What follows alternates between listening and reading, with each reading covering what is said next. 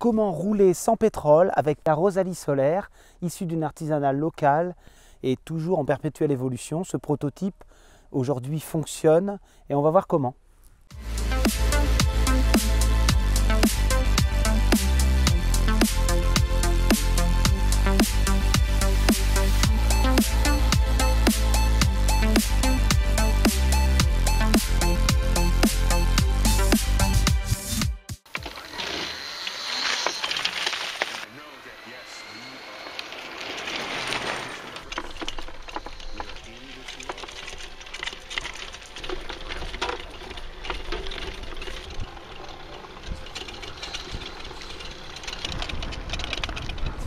Alors moi j'y vais tout doux, ça roule à 50 km/h quand même.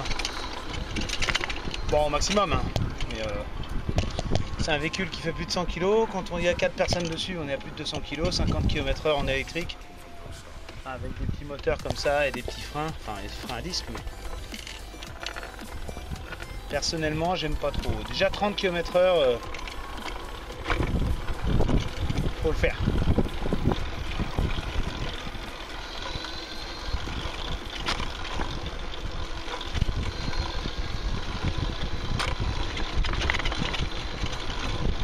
C'est un vélo qui est 2 places adultes, 2 places enfants. À la place des enfants, on peut mettre des bagages aussi. Les roues arrière sont motorisées avec un moteur de 1000 watts chacun. Et les roues avant ne sont pas motorisées, mais sont équipées de freins à disque. Il n'y a pas de frein à disque à l'arrière. Il y a un multiplicateur de vitesse avec un dérailleur sur les roues arrière, mais pas sur les plateaux. Pour la petite astuce, étant donné que les dérailleurs ne sont que à droite des roues, là il a fallu un renvoi d'angle, un renvoi de chaîne pour permettre au pédalier d'être du bon côté. Parce que sinon on se retrouvait avec un vélo complètement décalé sur le côté. À l'avant il y a des phares, mais à l'arrière il n'y a que des petites loupiottes à pile. Le mieux ce serait de finir l'équipement avec une centrale clignotant, quelque chose qu'on trouve sur les scooters. Les panneaux solaires sont réglables en inclinaison grâce au levier qui est ici. Je vais vous montrer. Voilà. Alors c'est de la récupération, c'est un pied qu'on utilise sur les niveaux électroniques là, pour le terrassement et le bâtiment public. C'est astucieux. Je ne sais pas si ça durera longtemps, ça fait déjà quelques années qu'il est là. Le chauffeur est à gauche. On conduit de manière, je dirais, semi-allongée, on n'est pas tout à fait en vélo couché. La direction, on tire pour tourner à droite, voilà, et on pousse pour tourner à gauche. Alors il y a plusieurs modes de direction, celui-là c'en est un. Un frein à droite pour la roue droite, un frein à gauche pour la roue gauche, les vitesses ici, et la gâchette pour accélérer. Un petit écran ici pour mesurer, pour voir à quelle vitesse on roule. Alors là on ne peut pas le mettre en marche parce qu'on l'a coupé, si, c'est bon. Et là, il y a un contrôleur. Alors là, je l'ai scotché, c'est pour les tests. Normalement, il y a une boîte en bois ici que j'ai enlevée. Il y en a une toute neuve qui va être mise. Et ça va aller dans la boîte en bois. Et ça permet de contrôler un petit peu l'état des batteries. On verra ça en fin de vidéo. Là, on est à 97%. On a dû faire 1 km ou 2 là. Avec un port USB pour recharger le téléphone, le GPS. On est sur un véhicule qui est quand même assez coûteux, qui est équipé de roues renforcées, qui est équipé de tout un tas d'accessoires un petit peu chers, comme les toiles des sièges. C'est quelque chose, il n'y a que les amortisseurs à l'avant et pas à l'arrière, donc c'est pas très très confortable dans les chemins. Il y a des freins que à l'avant, donc c'est pareil, quand on est tout seul à conduire, la roue avant droite n'a pas beaucoup de charge, donc elle freine pas beaucoup. Il y a des raps en tout cas. Les vitesses, c'est pas évident non plus parce que comme il n'y a pas de plateau différent, s'il n'y a plus d'électricité, on ne peut pas monter une côte, même à 2. Donc il y a des choses encore à améliorer. Ça reste un prototype, même s'il est plutôt abouti. Il y a des choses encore à améliorer, mais sur les batteries, c'était pas abouti encore non plus. Donc c'est pour donner de l'idée. Les sièges sont réglables avec la petite manette là, parce que c'est les supports de sièges de voiture. Très astucieux. Panier derrière, ça provient je crois pas des caddies de supermarché, mais de choses industrielles là, qui ont été ressoudées. Il n'y a quasiment que le châssis qui est pas tout à fait original, mais presque fait en grande partie avec du neuf. Et les panneaux solaires qui sont neufs, et c'est du souple, enfin, du semi-rigide, c'est ce qu'on colle sur les bateaux. Ça permet d'être très léger et d'avoir un cadre sur mesure. Est-ce que c'est le bon choix? Je ne sais pas, c'est le choix qui a été fait pour des questions de souplesse et de poids. Libre à vous de faire comme vous voulez. Les pneus, ce sont des pneus renforcés, mais c'est quand même des pneus un peu mous. Ils sont renforcés dans le sens où il y a du Kevlar dedans. Mais ça peut être d'autres types de pneus, il n'y a aucun souci.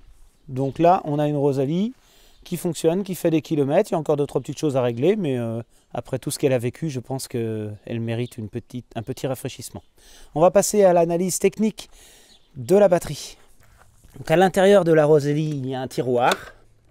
Dans ce tiroir, il y a toute l'électricité électrotechnique nécessaire.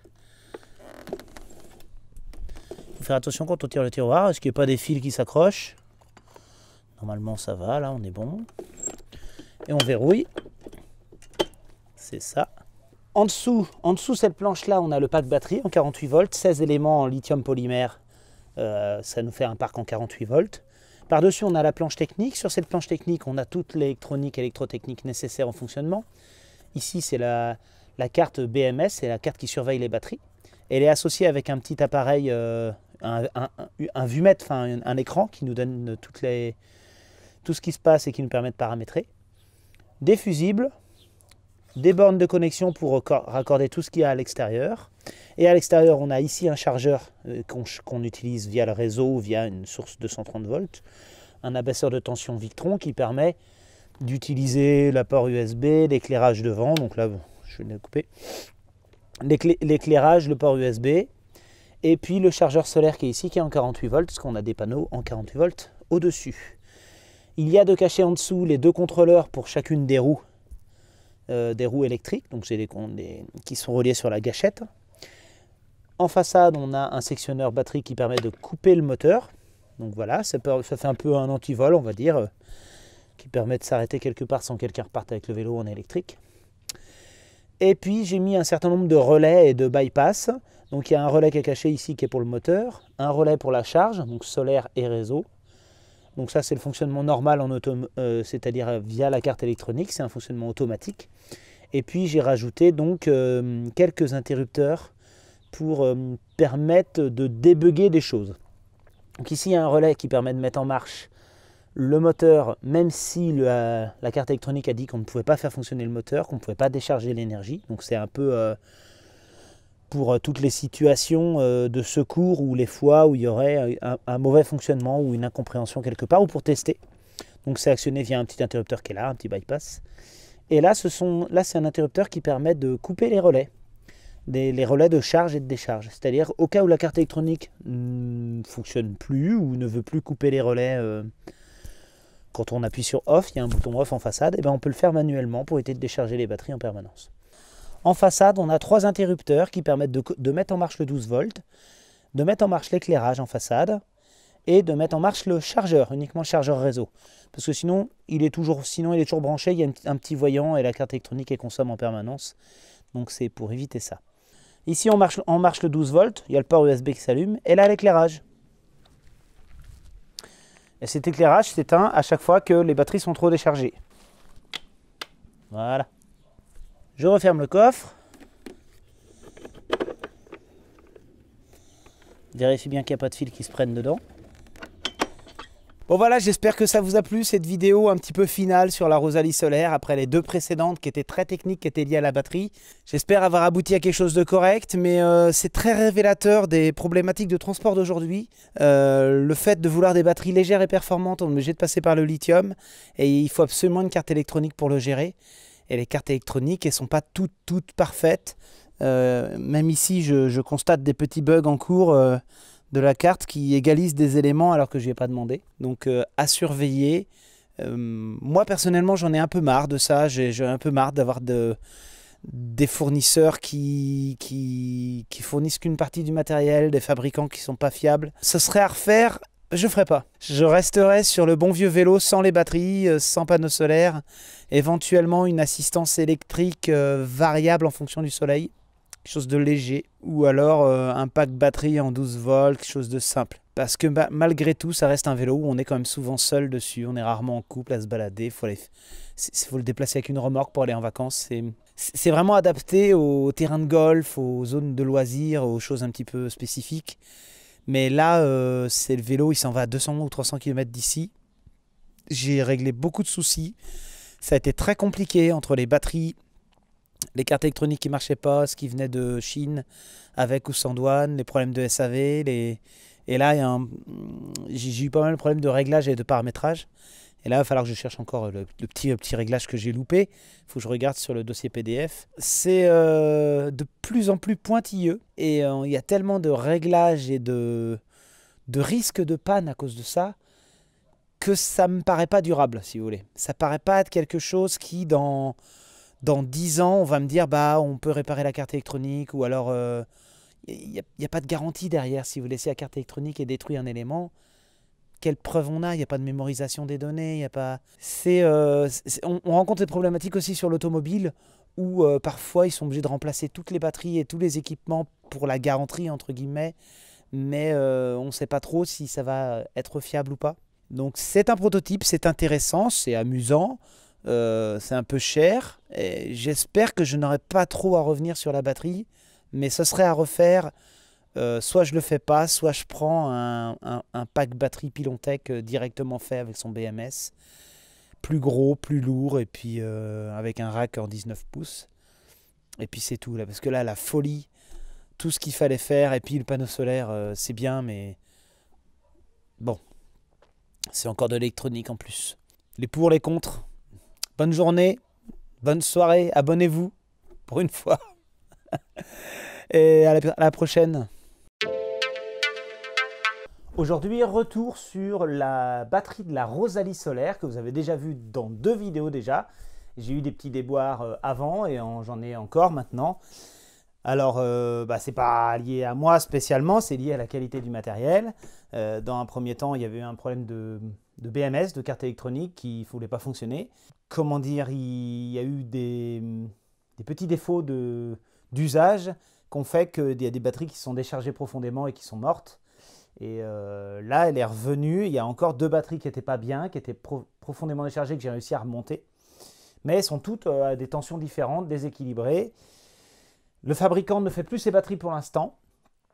Ils n'ont plus en stock. Et j'ai racheté un BMS qui m'a coûté assez cher, à peu près 180-200 € je crois, avec une unité centrale, une unité secondaire et un relais de coupure. Donc je vais vous montrer ça.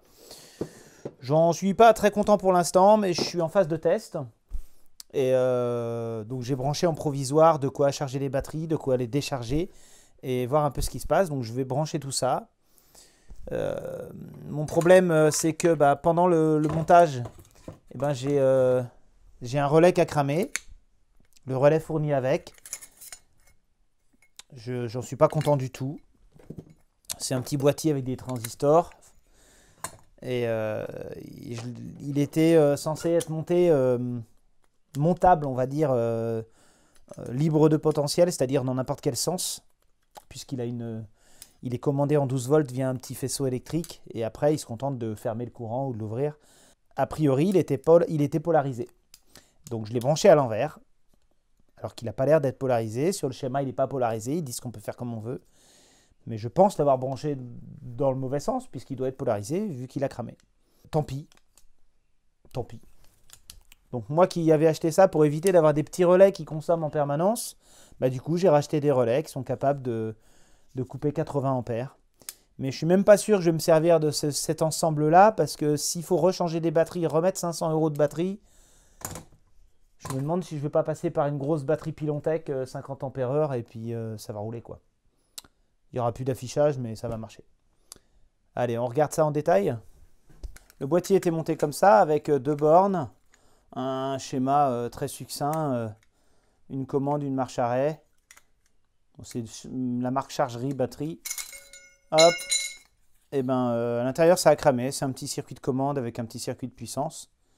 Je ne le rebranche pas. Sur le schéma, il était censé couper 2 circuits, sauf qu'il n'y a qu'un seul interrupteur.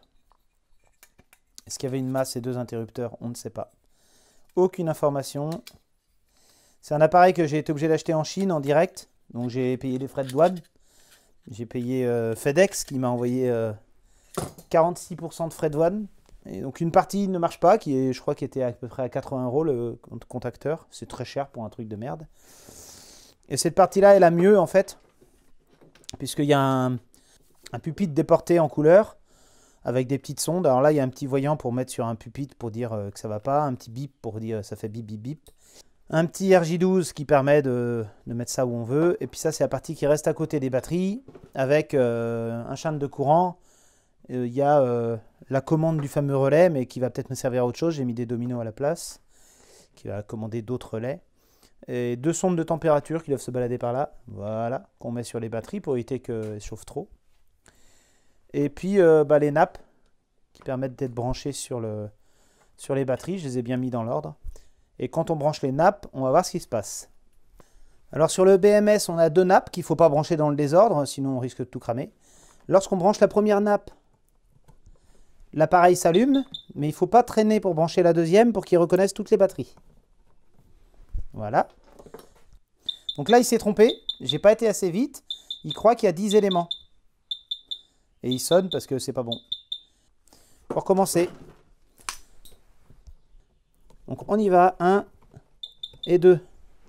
Donc là 8, 16 cellules, c'est bon. Et normal, voilà, là il est sur écran bleu, il attend que je valide. Ah ben non, même pas.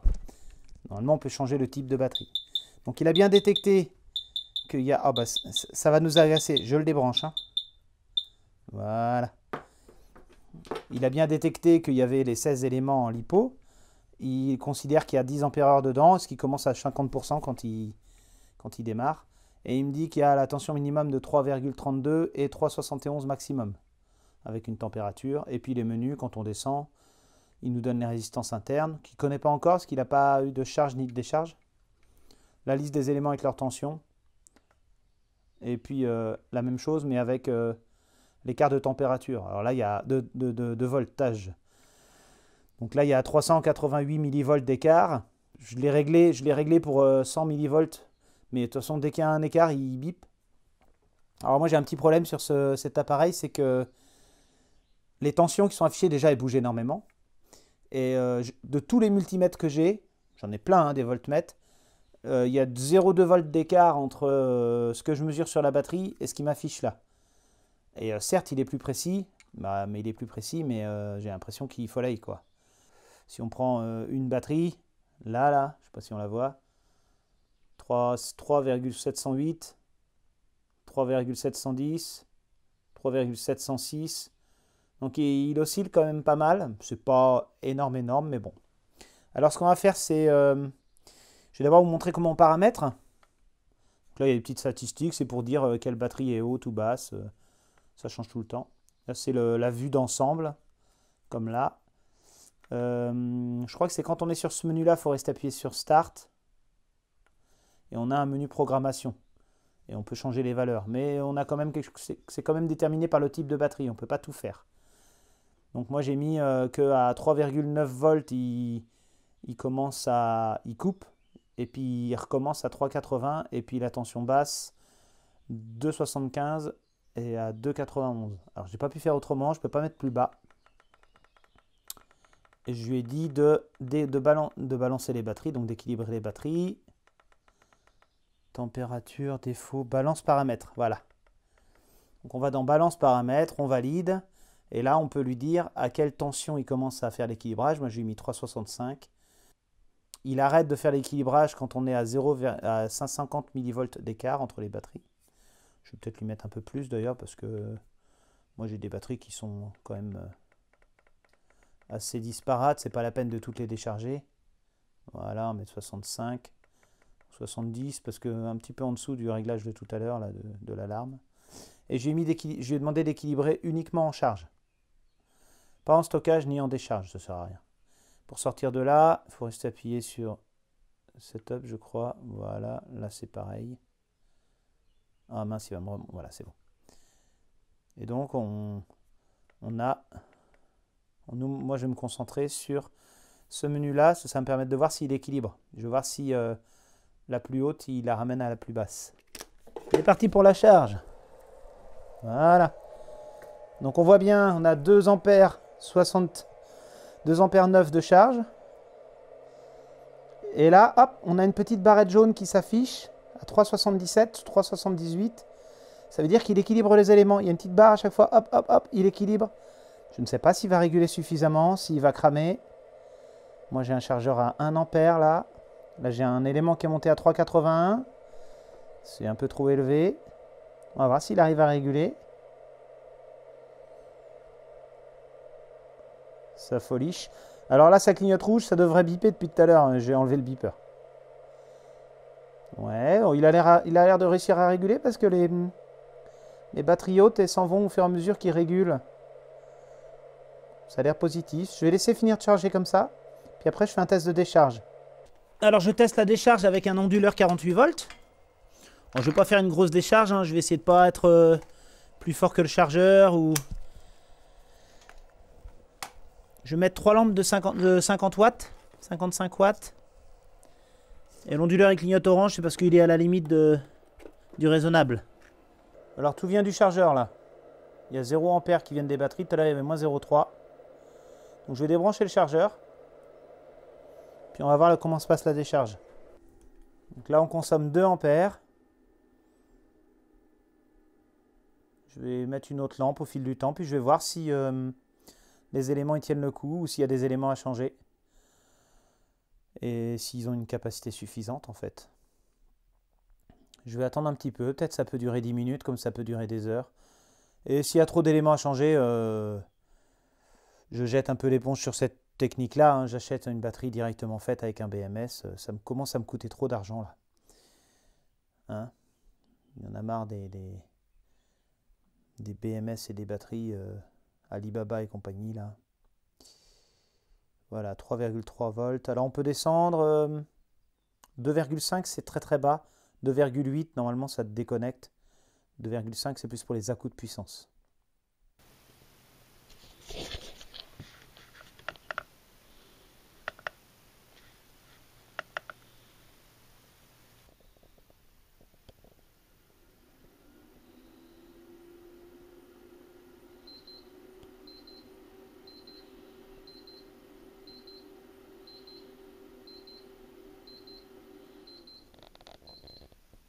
Là nous sommes en charge après avoir déchargé à peu près 60% de la batterie. Donc là on remonte, on va essayer d'aller le plus haut possible. Et comme c'est un régulateur, c'est un BMS qui s'initialise en décharge et non pas en charge. C'est-à-dire que en dessous de 0 il continue à aller et après quand il remonte, il remonte les pourcentages. Chez Victron par exemple il s'initialise à 100%, lui il s'initialise à 0%. C'est-à-dire qu'il est pessimiste, ce qui protège les batteries. Donc là on va voir jusqu'à quel pourcentage il monte avant de couper. Je pense qu'il montera vers 60 et quelques, 70 peut-être. Nous sommes arrivés à la fin de la charge. Le chargeur s'est arrêté, donc là je vais le remettre pour vous montrer. On a réussi à charger 14 ampères-heure. Comme on n'avait pas déchargé complètement, bah là 14 ampères-heure je suis plutôt content. C'est-à-dire que la batterie fait peut-être presque 20 ampères-heure malgré les problèmes qu'elle a eu, 72%. J'étais persuadé qu'on s'arrêterait dans ces pourcentages-là. Il y a toujours un écart relativement important entre chaque batterie. Mais en fait c'est parce qu'il y a des batteries qui ont souffert un petit peu dans leur passé, donc elles ont des tensions un peu différentes. Mais telles qu'elles sont là, elles semblent fonctionner.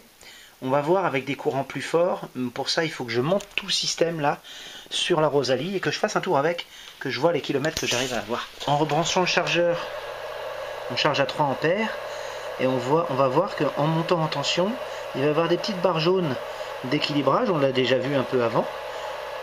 Et là on pousse un petit peu pendant 3 minutes peut-être à charger un peu plus, mais à un moment donné il va s'arrêter. Donc là on est déjà monté à 3,66 sur un élément et on fait un équilibrage à 3,80.